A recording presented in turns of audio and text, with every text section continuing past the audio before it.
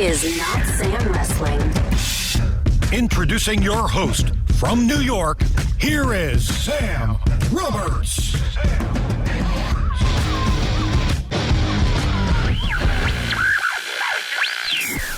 So, after watching the WWE 24/7 special on the WWE 24/7 champion, R-Truth, the first thing that struck me was you talking about your Batcave and how it's your escape and how it's just everything that is truth, everything that is Ron Killings, everything that is you.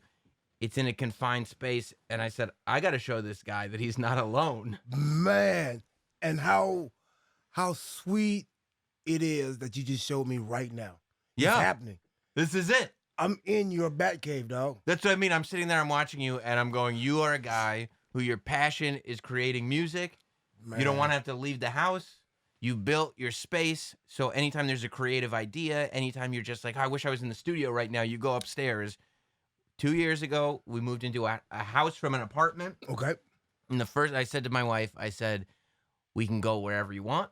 You can pick the house. I'm not interested. As long as you're happy, I'm happy. Right. You can have full autonomy, control. It's yours. From the ground floor to the sky. You have air rights over the house. You the boss. Everything. However, there's one asterisk over that. Beneath the surface, I need a basement. And I need either a finished basement or a basement that I can finish. Just a space. And you have no jurisdiction in that space. And this is where the Notsam studio is. This is where there's wrestling stuff everywhere. Where there's sneaker stuff everywhere. My TV and my PlayStation and everything. If your physical is not here, you still here. That's right. This is my spirit. Yes, this dog. is. You can walk in and out of here like you. Oh man, this is dope. Right. I like it, man. Yes. This is you. Right. There's nobody can walk in here, and I'm assuming it's the same as your Batcave. Nobody can walk in and go, I wonder what this guy's deal is. It's like, no. All questions are answered right here. Nah. If you don't know by the time you leave out, something wrong with you. Yes. Yeah. No. Yeah, you got to work on your powers of observation. Yes. Don't put the headset on. Put your headphones on. So you didn't tell me that. Well, you don't have to. I don't want to tell you how to live your life. I should have known. I thought so. See, but that was a test. Oh, I should have known then. No, I was testing you. Hey man, put your headphones on. Be a professional. My dog. Don't you want to monitor how your voice sounds too? Yes, I mean, I know how I sound. Was I like loud and all that? No. I got the compression on the mics and everything. Good. Again, that's the other thing I did. And then I went to Sirius, where the day job is, and I was like, hey guys, I got a great idea. Just in case there's a blizzard, I live outside the city. We need to set this studio up with the right compression and the right technology so that I can tap into the studio from my studio. And they said, that's a great idea, Sam. And so now I'm in the process. Hopefully this coronavirus thing will do it. I'm waiting for the first instance of I should really stay home. Because I feel like once I stay home and broadcast from home a couple of times, that's going to be the new normal. You know what I mean? Wow. Once that's in motion, that's what that was a really big epiphany. Epiphany is right. That's correct. That was we took that and stretched it out to you think it will evolve to that? Broadcasting from home? I would hope so. I literally had a conversation with my agent the other day and said, because he was like, oh, there's this wrestling podcast documentary thing and they want to interview you about this thing.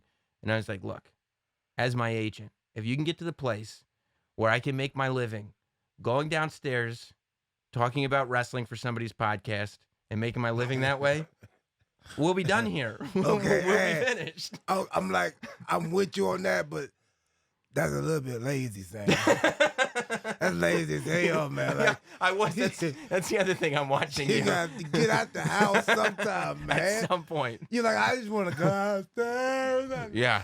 Do it down there. Yeah. Take these cameras down so nobody can see that I didn't even get dressed. You made it a real Batcave. Oh yeah. Like a bat. Like we're gonna start turning the lights off. I feel where you're coming from. Yeah. I do feel where you're coming from. You get the spirit of it. I do. And check this out. I have the studio in my house. Right. Bro, man, like, since I've been working with my new producer / manager, it's like I found my niche. I found my studio. I use that studio, man. If he hit me up and said, hey, man, I need you to do a couple of drops and just send them to me and I'll finish mixing them or whatever. I use it for that. I've been setting up for my son. I don't go there. I mean, it's still my back cave. Right. I go there, that's where me at. Right. I have a gym in my house. That's great. It's the fact of knowing I can go there. Like, if I wake up 2, 3, 4 in the morning, I can go work out in there. Like, and I got. And it doesn't take that extra hour of going anywhere, travel and getting dressed and doing the thing. Like, it's no, we could just, however long this activity is, any time of the day, nobody else is there. All my machines that I need are there. Whatever I need, But it gives you that lazy ass sense. Right. Because, listen, there's been times I'm on my treadmill, man, and I get up on there and I'm thinking, oh, damn, I'm going to go out there and get me one of them pieces of brownie pan just cooked. I ain't going to get no brownie at the gym like that. No.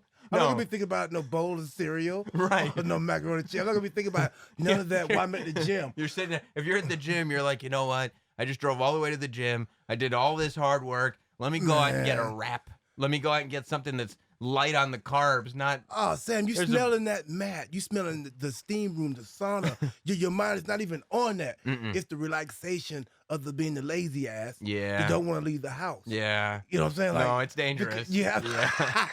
Yeah, you're right. You're right. No, sometimes you have to get out to go get it, to feel it, to like, it makes you, it gives you a different appetite for the taste of the game, leaving your environment, sometimes to me. Yeah, no, you're right, and it gets the competitive spirit going. Man. Yeah, man. Yeah. You know you're at home. Right. You know you're at home. Right, and you're not necessarily looking. Once you're at home, you're not sitting there looking for what's next. Right? You're at home. Doing a break, you're like, you go upstairs, lay down on the couch. That's it. That's what's next. You're not sitting there. Yeah, that hunger does kind of go away. Because the only hunger is the hunger for your wife's brownies. Like, that spirit is gone, though. You're right, because you've completely succumbed to just settling in. You're comfortable. You're you got to be out of your comfort zone to have that animal instinct of going to get it. Yeah. You breathe. It smells different. Right, because when everything's out of your own home, anything that makes you uncomfortable, anything that like you start to feel weird and competitive with, you're just like, I just keep it out of my home. I just won't have it here. It'll teach you that. Right, exactly. But that you don't grow. You just sit there and you do your little stuff. You record your drops, whatever they have you do, and then you go and you lay down on the couch and you watch the reruns. You end up watching reruns of some TV show that was on 20 years ago. Bro, you're like, just the whole mental thing of it, man. You're like doing things you wouldn't normally do if you're at work. Your posture even different. Right. You probably got your feet up. Yeah. And you're probably in your underwear or your pajamas all day. You know, I'm going to tell you something. You're doing it in your pajamas. I'm going to tell you something, and I've never said this publicly. I actually had to send, like, even when I'm doing phoners, like, we did a phoner not too long ago, and I do the phoners out of here, and I put the video camera on so I could put it on YouTube and do the whole thing, right? But you're right. I was on a phoner. I think it was with Corey Graves, and I forgot.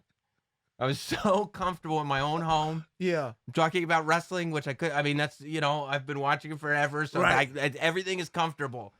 And I didn't even realize. I took 2 like little wrestling toys that were right here.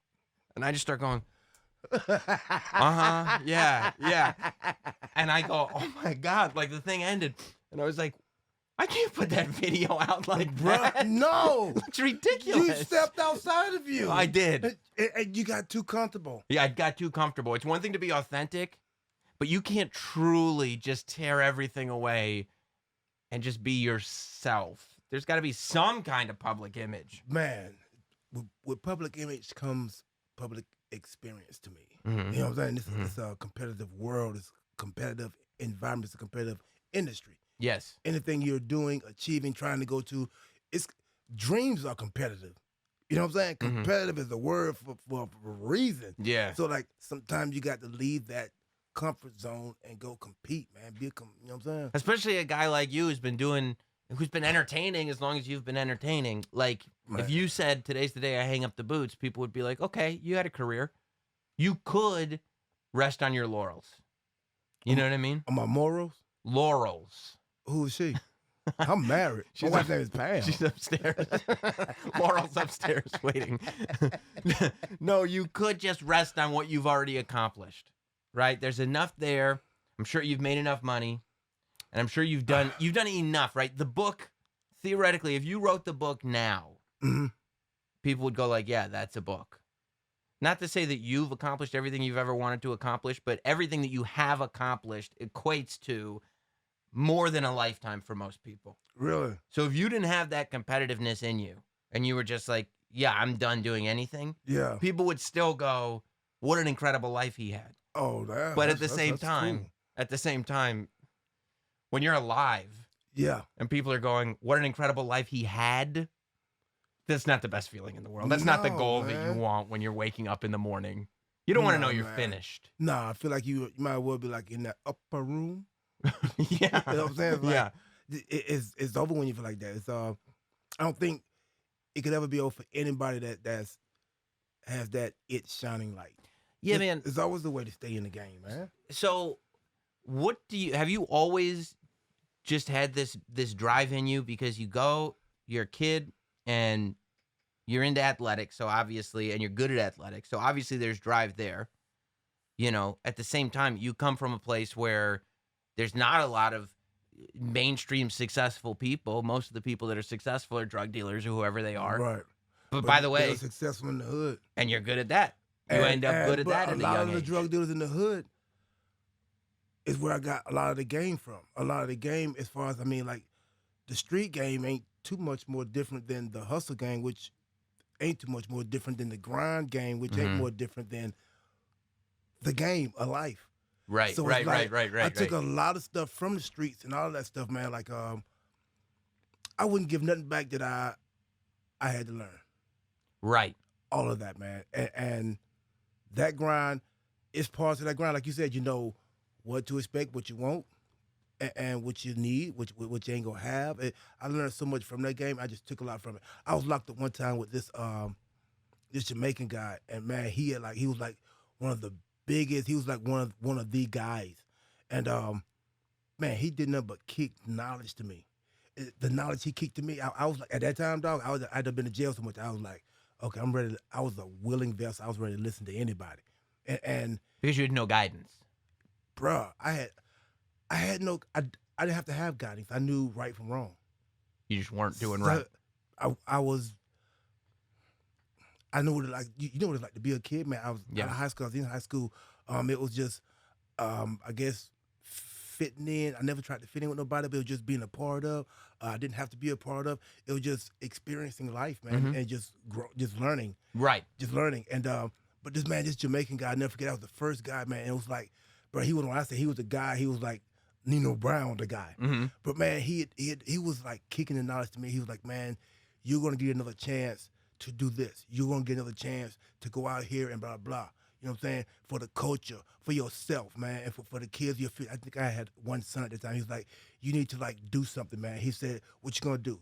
Come back in here again like me, like all of them? He said, I won't ever leave jail, ever. And bro, I just remember that. And just like. And how old are you at this point? Oh man, I was like what, 24? And that's when because when you're 24, forever is forever. Buck wild. Right. Buck wild, man. Right. Just like young, dumb for the fun. You know what I'm saying? Like you just inexperienced in life, inexperienced in anything. Life don't come with no handbook. You got it. Yeah. Oh yeah. Oh, I got it. I got it. Full of fun is right.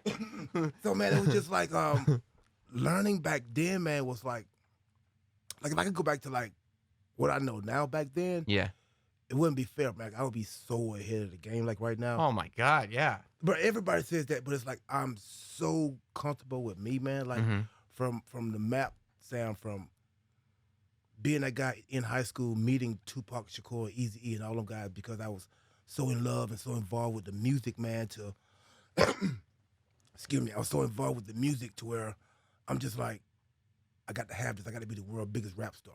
So I hustled. I was in the street, man, to like, I took care of my dancers. I took care of studio stuff. I took care of anything we needed to get where we had to get to. And, man, and I had some troopers that stuck by me. But that's when I was like getting all the trouble and that. So it's not like I was like striving to be this big Nino Brown. That wasn't even on my plan. It was just like trying to get there. So you were hustling, but your goals were in music. So you were hustling to be able to create what you wanted to create in music. That's where the money was at. Right. Where I'm from, you know what I'm saying? Yes. Like, and bro, I got caught with it where it was like, damn, I could do this forever. What? Bro, seriously, yeah. Hustling and using that money to get yourself over with music. The way I had it? Right. Yeah, dog. I thought I got, there's songs I got where I thought I could, you know what I'm saying? Sometimes we'll get that illusion, man. That's where I'm from, sometimes that's what's offered. We don't get that, hey, man, you can do this. I was getting that. I got that when I got locked up with that Jamaican, dog. Right. So, you know what I'm saying? So when the Jamaican guy, is that your first kind of realization that I can't do this forever? Like there's an end to this thing. Yeah, dog. It was the way he kept saying, man, I ain't never, ever getting out of here. Right. Like you can't go and meet Tupac. I don't care how much drug money you have. You can't meet Tupac if they don't let you out. Man, no. But see, the thing about it, man, is like every time I got locked up, my sister would always like, you know, send me something to keep my face or keep my head up in there, man. Because it's like, bro, you don't see nothing. You know what I'm saying? So it's like she would send me pictures of all the stuff I'm doing. Right. Like the pictures with me, with opening up for Chubb Rock, to me opening up with Tracy Spencer, and I'm doing all these just shows. As a reminder of like, look, this is who you are. This is what you're doing. Who you are, and to keep my spirits up. Right. I was like, bro, I'm caged up. Right. Like, bro, you got me. I got to break free of this. This not, you know what I'm saying? I'm trying to do something. Y'all don't understand me, this and that. But it's like, hey, dude, you can't be doing that right there. But it's the law. You know what I'm saying? So it's like, you're trying to be like, you don't understand. I'm really trying to get something done here. Like, I don't think you guys understand what my plan is. I'm not the one of the bad ones. I'm not really, like, you know what I'm saying? I'm not hurting nobody. Yeah. Officer, you may be confused. This is simply a means to an end. I think that we're on different pages here, officer. Yes, man. I think we need to hear each other. Yes, man. So there's the times, officer, man, like I'm explaining to the deputies in there, like, and they're looking at the picture. There's pictures of me, man. I think it was I opened up for, I think it was Tracy Spencer, and the outfits that I paid for off the Money on the Street, bro, they were coming up loose, and people were snapping pictures. And by the time the song was over, man, we had like straps here. My friend's mom made them. You know what I'm saying? So just things like that. Like, and bro, it's like kept going back and forth to where when I met Crockett that time, man. Yeah. And it's the way it came about with me and the deputies trying to find somebody that had some money that could invest in me with my music. And then with that, you know what I'm saying, dude, you become a big rap star, and we ain't got to work here. You know what I'm saying? We can take care of you, dog. You know what I'm saying? So I'm like, that's the plan. Let's do it. Right. So, man, bro, it's a serious story, man. So like, we went through, man, they would go through all people like Rap Sheet and try to find like, nah, not this person. Nah, that's embarrassment. We don't even want him. We don't even want him, this person. And they found Crockett. So they actually went and talked to Crockett, and he was already like checking me out. Because I was like, just being me, man, in jail. You know what I'm saying? So it's like a lot of guys knew they knew who I was, knew I did music, and it was just. I mean, based on the people you already said that you were meeting, locally you had to already be famous. Man, yes, and with football, and with, like, it was just me and my friends or people crossing that was just locked up, man. So it's like me learning at the same time now. Like, I'm still this caged up dude. I ain't trying to be here, bro. I'm just. Right. This is a misunderstanding between, like, you know what I'm saying? Like, I didn't know you guys took it that serious. You know what I'm saying? I'm sorry, sir. I didn't realize. They were like, you've been here 4 times. What do you mean you didn't know we took it this seriously? Yes, man. So, like, meeting Crockett, man, they told me about Crockett. Now, at this time, I'm very aware of wrestling. I'm very aware of, like, at the time, NWA with, like, Magnum TA, the Road Warriors, Dusty Rhodes. Right. But the deputy was like, hey, man, you ever heard of Jack Crockett? And I was like, sort of kind of. He's like, oh, man, him and his family brought the Charlotte O's here, the baseball team, the Crockett's Park. He said they brought wrestling to the South. And I was like, that's cool. What we going to do with that? He said, no, does he have some money? Yeah. Is he the plug? Do he got the money? He got the plug. I said, bro, he gotta have some money, man. Jack Right. Crockett, but he's the deputies, man. So like, they went and talked to Crockett. Yeah. Surprisingly, Crockett was like, "Yeah, I like to meet him. I mean, he entertains me with what he does and stuff." Yeah. And so me and Crockett talked. And I'm talking maybe like he was getting out in 2 weeks. He barely was in there. He would leave jail at, I mean, it's cool for me to say this. He would leave jail at like 5, 6 a.m. in the morning. He wouldn't come back to like 8 at night. On work release? What type of job? What type of job? How could you have that long of a work? I want to work there, please. Yeah. No. So he's like, this is my job. It's a 14-hour-a-day job. It's 7 days a week. So man, he would barely be there. So it was like, it's just his bed. oh my gosh, man. I mean, he's just trying to avoid rent. He would come back. He would talk to me for like 15, 20 minutes, and he would go to bed. Yeah, I got to get up early. I'm leaving again. What are you doing tomorrow? Oh, you'll be here? Oh, okay. All right. No, I'll be out. But yeah, okay. I'll see you tomorrow evening later, you know. Yeah. Yeah. So his last time being there, last day, he said, "Hey, I'm going to give you my phone number." He said, "Don't lose it. Give me a call when you get out. He said, I'll give you a job." And I'm like, a young me at that time, I'm like, okay, let me cut his damn grass. So you think I'm a good grass cutter? Like, funny guy gonna cut my grass. Like, okay, oh, cool. Well, got out 6 months later, man, and it's like, gave him a call, and he remembered who I was, and came and picked me up. And I was at west side of Charlotte. He came and picked me up, took me out to Bennigan's. I won't ever forget the restaurant. And that was the first time he offered professional wrestling to me. So that was his vision for you was, you're in shape, you're charismatic, let's make you into a wrestler. Yes.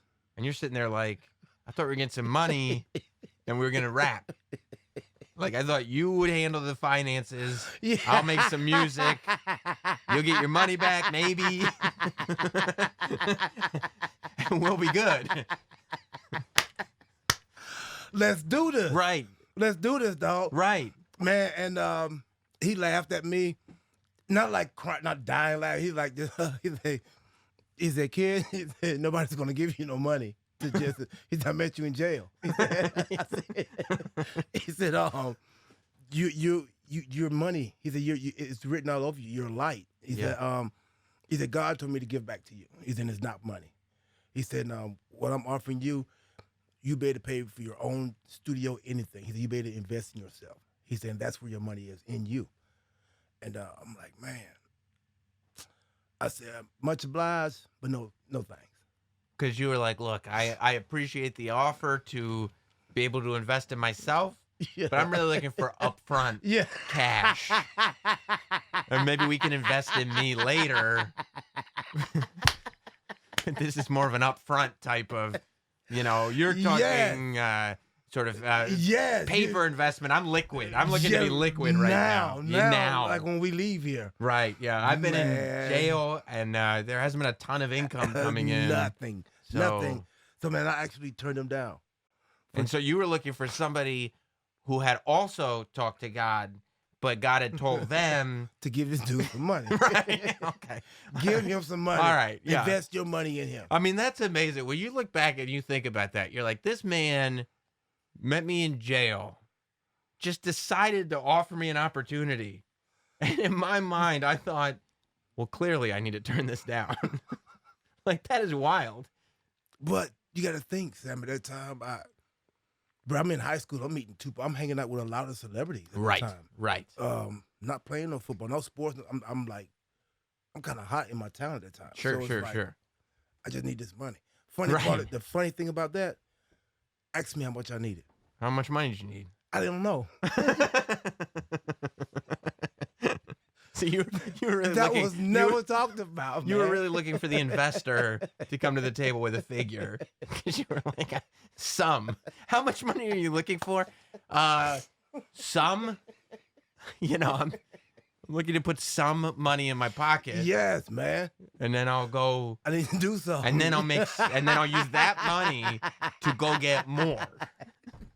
Here's the business plan right now. You never said how much money, man. Okay. I think about that. And I'm like, dude. Like, do you think if young R-Truth, fresh out of jail, had come to current day R-Truth, do you think to yourself, like, I would have thrown this kid out the room.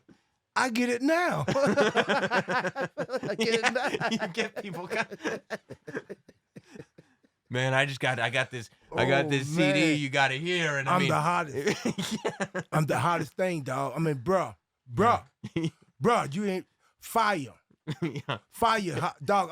Bruh. Can I hear some of your music? No, well, you got that studio though, right? Like we could record some of the music. I would say shirt, hoodie, coat. Super hot. Super fire. Just fire all day. Yeah, man, but it didn't work like that, man. I turned him down for 2 years. 2 years. Mm-hmm. And you kept in contact with him. No, I thought maybe once or twice. Wow. Maybe once or twice. I just remember, man. I think I went back to jail 2 times, but maybe I stayed a couple of days or something like that. And Oh, got so out. nothing major. The third time I went back was like, man, it was something. I can't remember what it was. It was like either with the lights off, speeding or something. Whoever was driving was speeding, man. It's like they pulled over, and bro, like I was riding dirty, riding dirty. Yeah, man. So Yeah, it's like, I know what that song's yeah, about. Yeah. I went back for that a long time. No, to me, though, 1 day is long in there. Yeah. But I don't think I was in there for like maybe 3 to 6 months. Right. So it was like, this was like, I remember that time was like, okay. Was that the longest time you've been in? No, well, the time I met Crockett, man, I was already in there for like 8 months. Okay. I think I did like maybe 3 or 4 more before I got out. So it's like, this time I know it was like my last time. Yeah, I mean, I would imagine that amount of time is the difference between going in and being like, you know what, this is my punishment. Let me just go in and get this over with. And I'm going to have to get acclimated to life in here. Bro, I never had no job doing all this. Uh-huh. Never had no job. Well, I was on work release. I had a job, and I was at the warehouse. Mm-hmm. And I only did that so I can see something other than orange.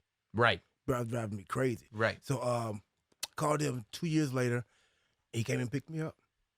And he said, are you ready? You wanna take it? He said, I already told you what it is. He said, it won't cost you nothing but time and dedication. He said, when you taste the blood, I'll know it. I was like, man, whatever you want me to do. I said, you tell me. He said, That was a different you. Bro. Yeah. He said, when can you go to Atlanta?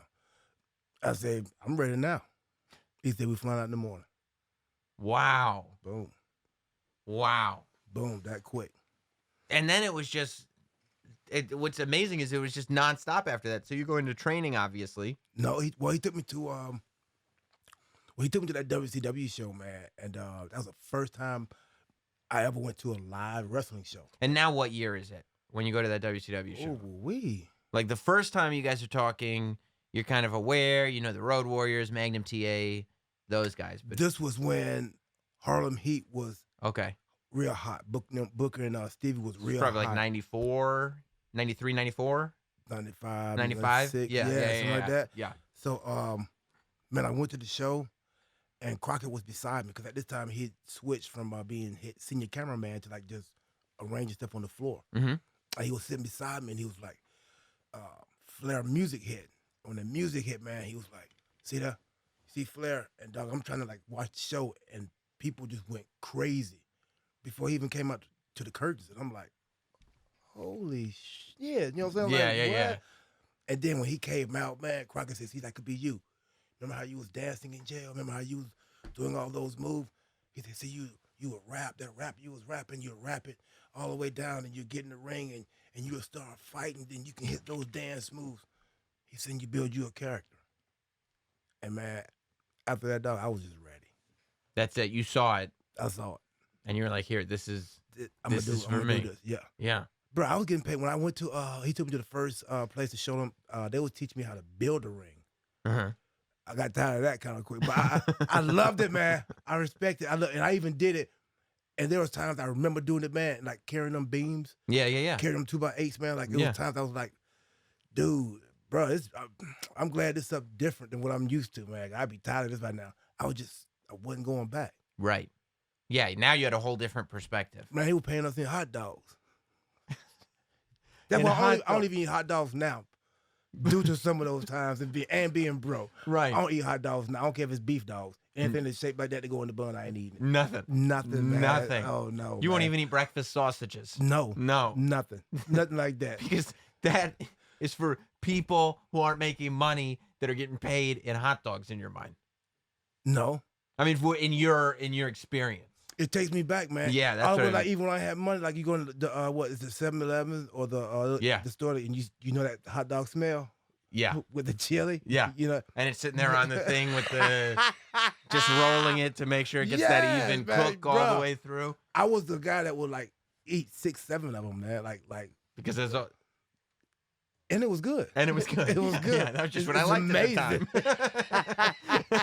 It was like eating a sirloin prime rib steak. You know what I'm saying? Yeah. Like, bon appetit.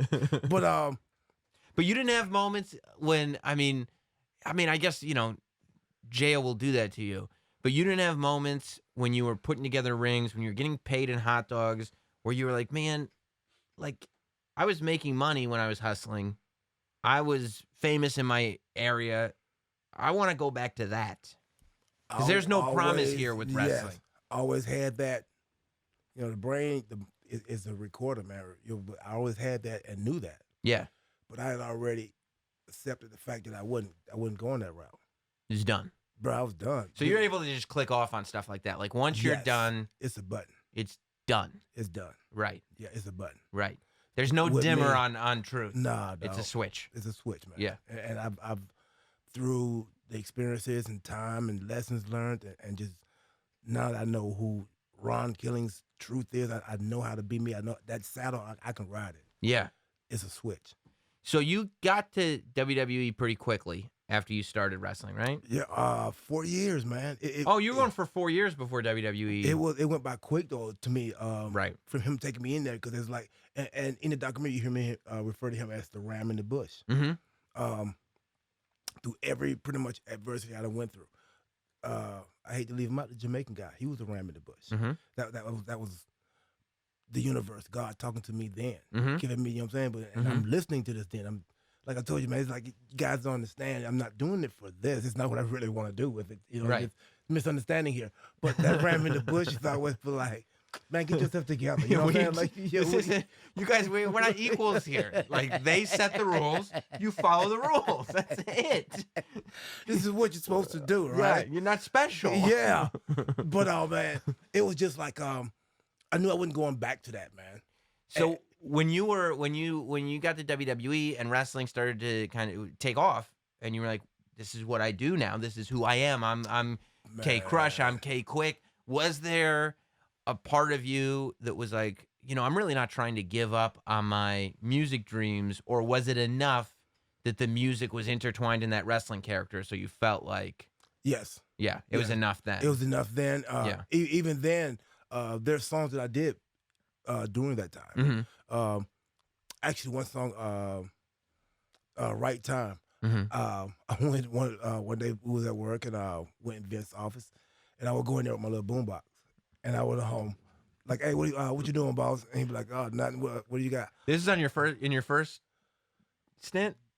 Like, were you comfortable enough with Vince McMahon in your first stint in WWE that this would have been something you would have done then? Yes. Yes, that's incredible.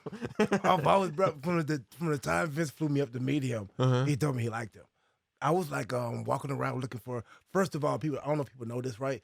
I had wrote that I was like 6'4", 260 pounds.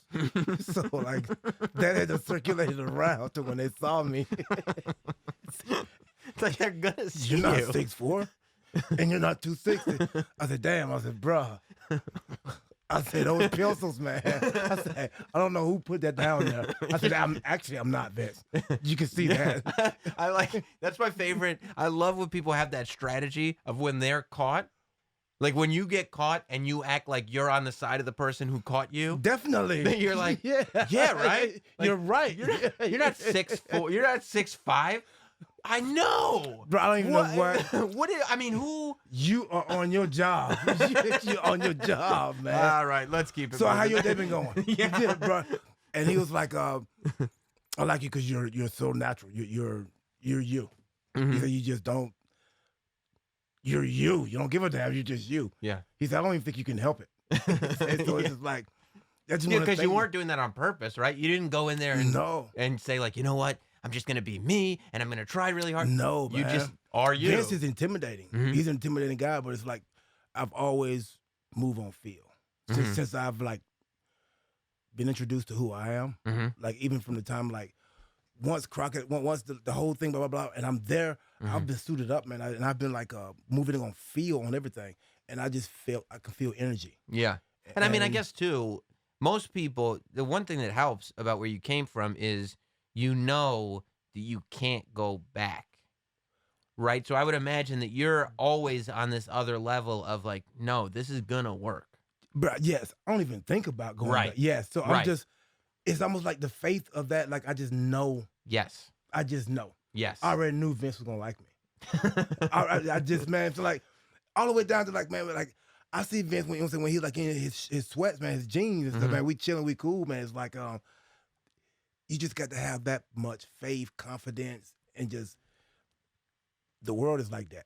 Yeah. People just don't have that much I guess confidence, ambition, or consistency, or being able to accept criticism, take it in, use it as fuel to keep going. But there's a lot of guys that thought what I was doing was crazy, dog. Like what stuff that you were doing? When I was starting wrestling, oh man, a lot of people like, oh man, you can do that, dog? Yeah. Oh man. Yeah. Yeah, they're seeing guys run around in their tights. Like they were like, bruh, don't do that, man. What are you doing? Bruh, don't do that, man. Come on the block. You're like, I don't know, but that's a little riskier. No, man. Y'all take care of me, dog. I'm gonna take care of y'all. Did you, when you started bringing urban elements into wrestling, that I mean, not a lot of people were doing. Bruh, were promoter cool, right? Yeah. But when you explain to a promoter, like, this is what I'm gonna say, or this is what I'm gonna wear, or this is what I'm gonna do, and the promoter would look at you like, you're gonna what? You're gonna wear, like, you have your tights on under that? Like, what? Why are there things jangling off your belt loops? I don't understand what's happening. Got on jeans. I'm like, what? He's wrestling in baggy jeans. Yeah. Yeah. Baggy jeans and a glove. You know? But did you have to explain, like, did you have a tough time in the beginning? No. You just did it. I did it and it was accepted. It was even the promoters, man, even everybody, they're like, wow, this guy's cool. It's like, I like this guy. Like it was welcomed, man. Yeah. I never had no problems with it. So when you got let go from WWE the first time, or I guess the only time you got let go after your first run, at that point, was there any worry that, oh, this might be over? Yeah. Yeah. Probably for like maybe, I guess it was a lot of emotions going on, from this might be over to not knowing. It's my first time from like, other than work release, having a job. Other than the street. So it's plus, like, Vince, I thought you liked me. I thought we were friends. Yeah, man. I think I we was were cool, hurt, man. I don't think I cried. I didn't cry right then because it took a while for the shout to come into me. I cried maybe like 2 or 3 days later, but it wasn't like a breakup with a girlfriend crying. Like it was just a mad cry. It was angry. A mad cry. Yeah. Angry. Don't even know why I was mad. Right. Because I wasn't that mature into the business yet of knowing how it works, how it goes and stuff. So it's like, then I had friends of mine that reached out to me, and then I started learning and knowing that, oh, I can go out here and do this. I can go out here and do that. I can still make a living. I can still, Then it started getting easy to be able to adapt to it. And I started like coming up with different ways to reinvent myself again. And I'm pretty sure that, I mean, pretty quickly into TNA, you knew, okay, we're good. Because, I mean, you were a main event guy pretty much immediately. I know TNA was a smaller field, but like when you're there and there is money behind it, and you're a main event guy and really quickly the champion, it's like, okay, maybe this was even what I needed this right was now. Better. This was it. This is what it was about. Right. Yes. Right. Now I can finally show the world what this looks like in the main event. Yes. And how that can translate elsewhere eventually. Boom. Yeah. I thought it was interesting when you were talking about going back to WWE, because I think that this is one of those things you always hear about WWE, that it's always kind of business first, and as much as it's a cutthroat place, it's also a pretty forgiving place as time goes on, right? Yes. And you feel like in the moment, you go out there, you're mad. You're also trying to get some buzz going for yourself. Yes. Let me go and dump on WWE because now I'm gone from there. Yes. And I'll be that sort of rebellious, like, oh, dangerous R-Truth.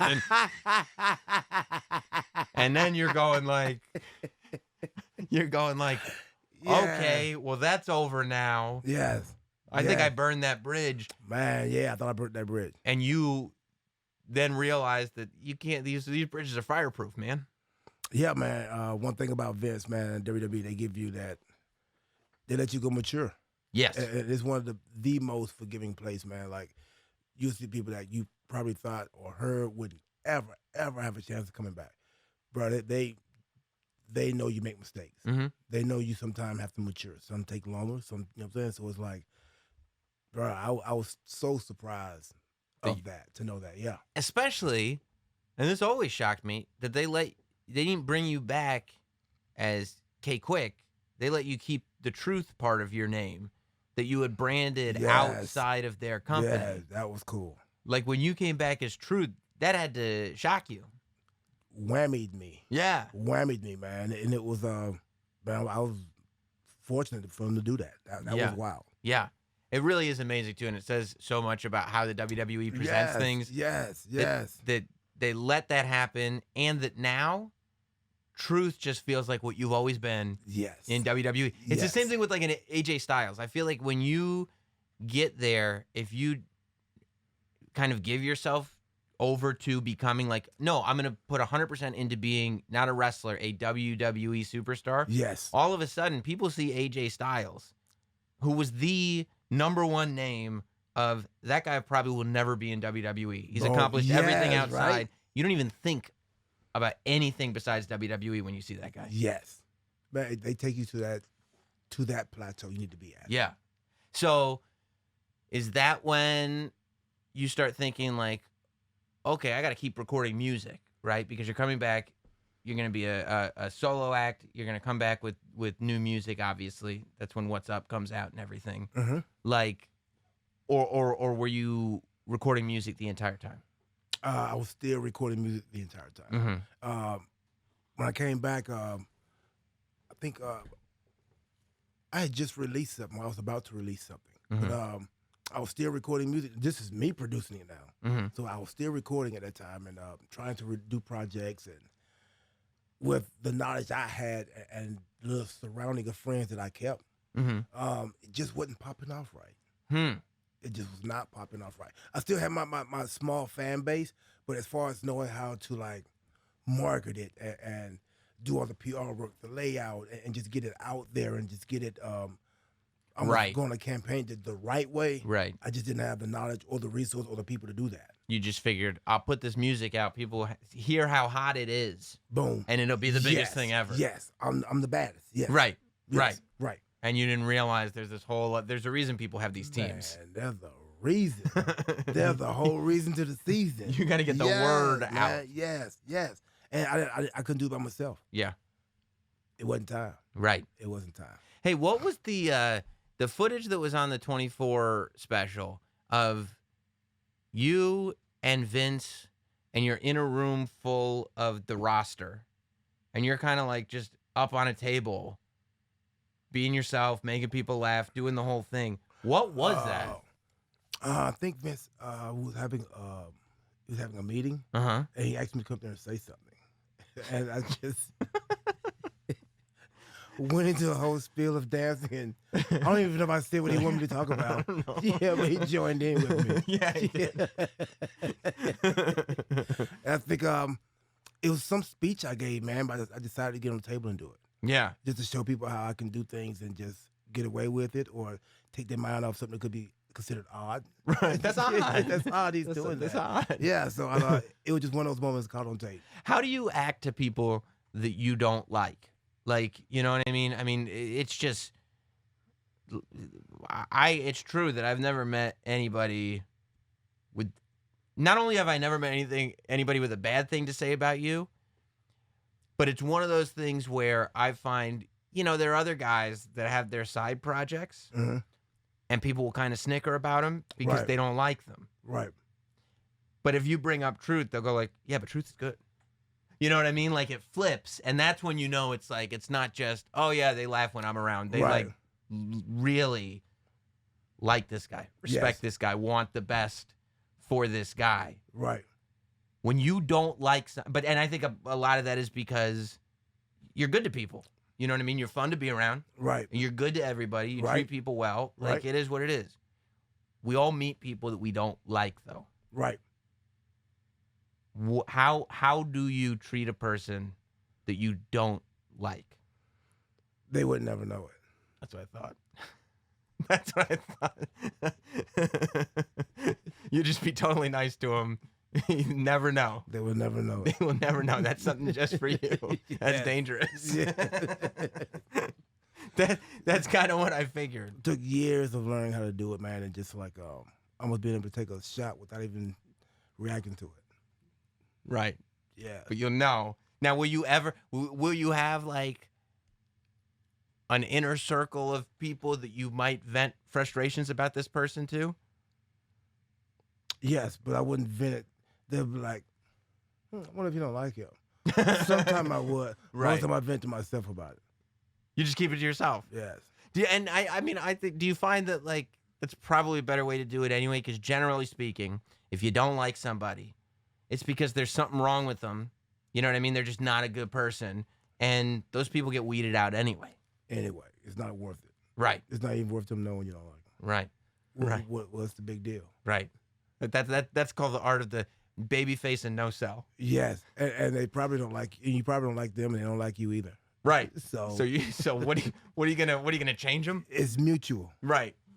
And that's just accept the relationship and work with it and move on. And that's what it is. Yes. So why do you feel like now is the time to go full bore on music and to like unleash it? I think it's time now. Yeah. I thought it was so much time back then. Man. But like now, I'm matured, man. I've built the biggest platform. I've been in the Rock with John Cena and The Rock. Yeah. At Madison Square Garden, man. So it's like I've done so much thing. I've taken a 24/7 title, man, and like made it to where like any genre of celebrity can be involved. It can connect and branch. And I don't like that they're trying to now remove the schoolboy from the 24/7 championship. Have you seen what they're doing now? They're having just regular matches for the title, and I'm like, this is the title that brought back the schoolboy. Yeah. If it ain't broke, don't fix it. Like, what do you? Yeah. We don't need announcements. Yeah. We don't need the whole thing. We need Joe Buck coming out here and rolling up. You never know when the truth come back. That's true. You never know, man. That's true. I just think now, man, like I got so much going on now. Yes. I think it's the right time. Yes. And from the time I got injured with my shoulder surgery, I had to have 2 shoulder surgeries. When was that?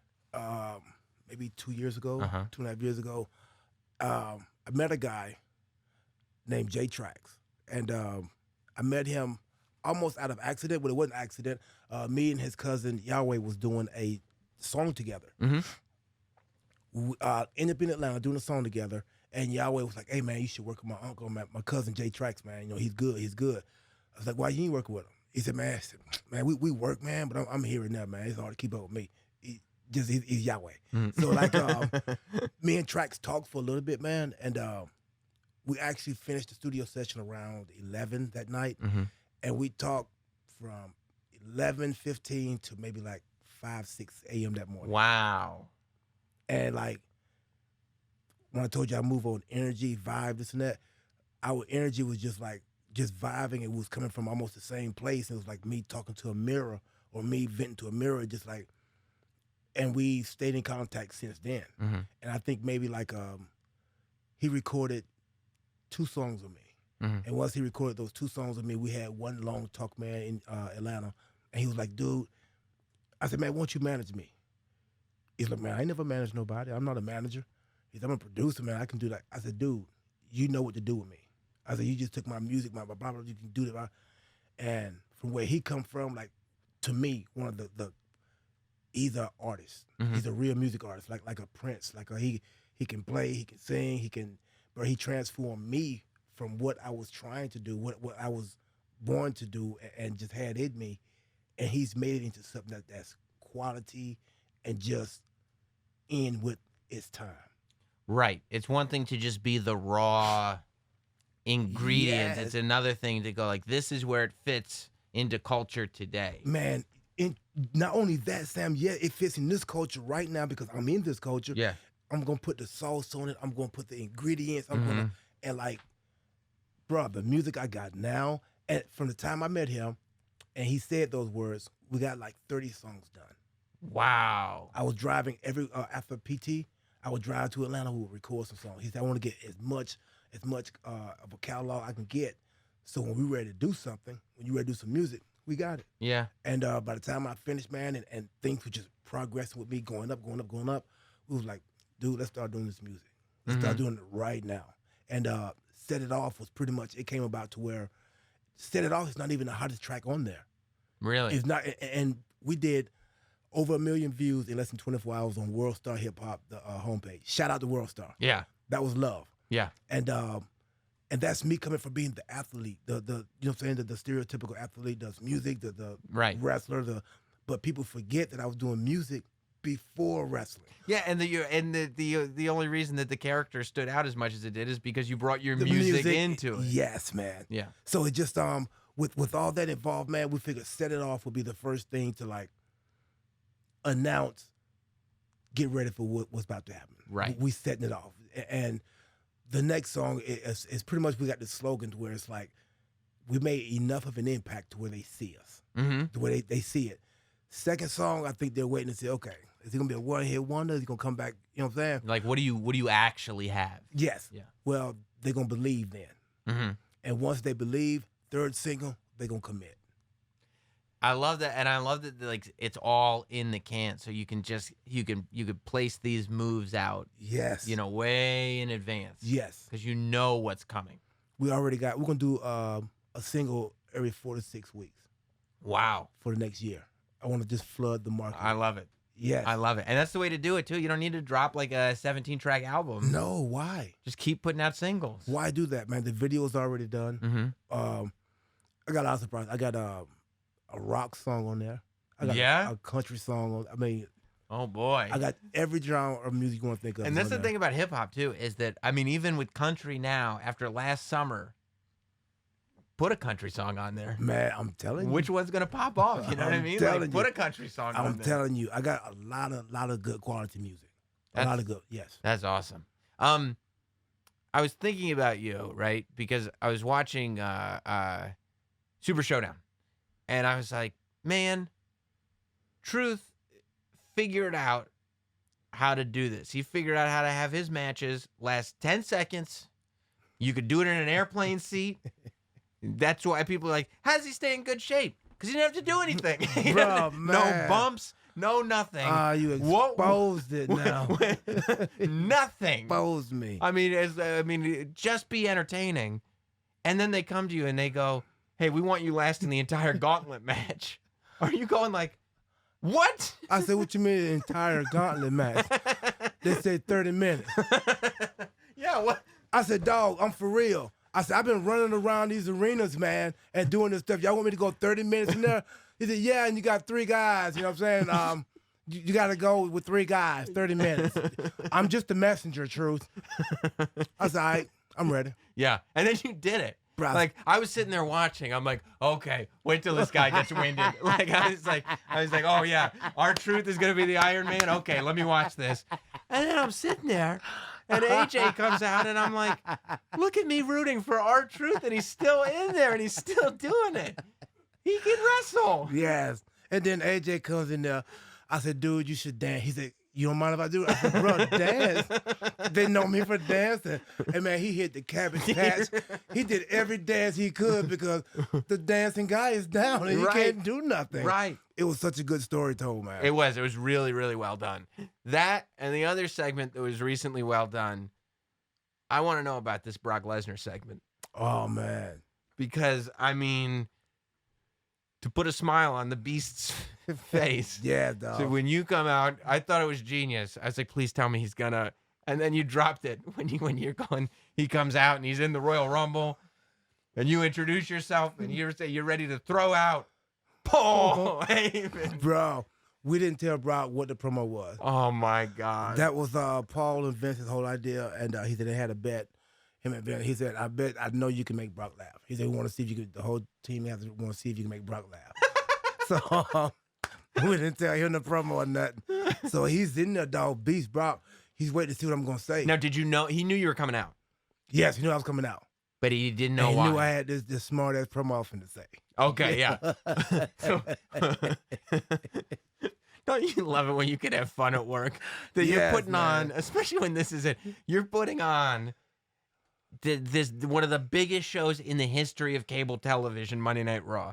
Monday nights, prime time. Oh, and by the way, it's the top of the hour Brock Lesnar segment. This is our money segment. And it's all hinging upon a gentleman's bet of, I don't know, you think Truth can make Brock laugh? That's my favorite I love thing. it, man. I love it. They had my back. And when I got in there, I'm like, Brock's looking at me, and I could see in his eyes, like, oh, I think Brock think I'm going to say something crazy. This is going to be good. And once I got everybody to believing in, like, I'm talking about Brock. I'm talking about Brock. Because you brought out angry Truth. Bruh, yeah. Like I'm not doing this this silly ain't character. funny. This is not funny. Yeah. I know I got, you know what I'm saying, my hands full with this dude. I know this dude is finna bring, look at him. Look how big he is. Yeah. Look, he's a big dude. Yeah. But I know I can throw him over the rope. You don't think I can beat you, Paul? You know what I'm saying? So now you got it. Paul is big joking. I mean, it works on so many levels. Yes, man. And I tell you, I watched it today because when I found out you were coming over because I knew I wanted to ask. And there is this moment where when you're looking really carefully, right before you say Paul Heyman, little corner of your mouth goes up where you're so happy with yourself because you know it's going to work. You know Yes. that you've got him. You saw that? I man? saw it in your face. Oh, man, You yeah. know you've got him. Dog, I'm trying to like not laugh to myself the Yeah. whole time, man. And the people was all into it. And I'm trying to like block the people out. And once I turned, man, to point at Paul, yeah, I about lost it. It was in the turn. I about it was lost in the it. turn because Yes. that's how I know because there's the profile. Yeah. It was the corner of your mouth. And the only reason I saw it is because you turned and looked at him. I about lost it. And when I did it, it took Brock a minute to register. And when he saw me look, he pointed and he just lost his head, man. Yes. Oh, it was so good. It worked. It worked. Yes. It worked. Well, man, Truth, I'm happy for you. Appreciate it. The music every 4 to 6 weeks, and this music's gonna be available everywhere. Spotify. Set It Off is available now. Set It Everywhere Off on is- all platforms. Yeah. It's available. The video on YouTube is almost at 1 million. We're trying to get 1 million. 1 million, I'll go ahead and just drop it.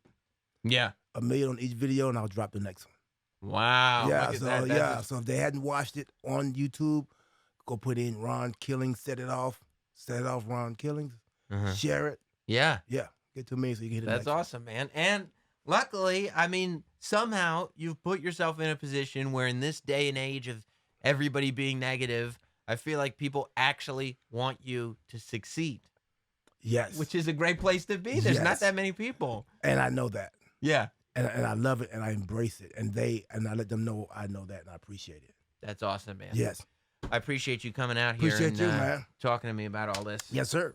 And I'm glad. I feel like you're not pretending to like me, even though you don't like me, because you said that the other person probably doesn't like you, and I like you. So I feel like that was your way of saying, don't worry, you're good. Or at least maybe that's what I'm telling myself. No, okay, I will say this right here before I go. Mhm. If I don't like a person, Mhm. you won't see me around them too much. Right. That's the move. Even if I should be, I can't say have to be because I always find it's always the way to skin a cat. Right. You may have what I need. I can go find somebody else that got it too. Right. You know what I'm saying? So Right. it's like, Just avoid yeah, it. Just avoid it. I like my people, man. There's not too many people I don't like, man. Mhm. I just don't like negative energy. Yes. And you stay away from it. And I have seen, by the way, one of my favorite things, I'm a very observant. Like when there's like shit talk going on, and not like real shit talk, just like joking around, but where like people, somebody's getting joked around about, and Right. you're in the room.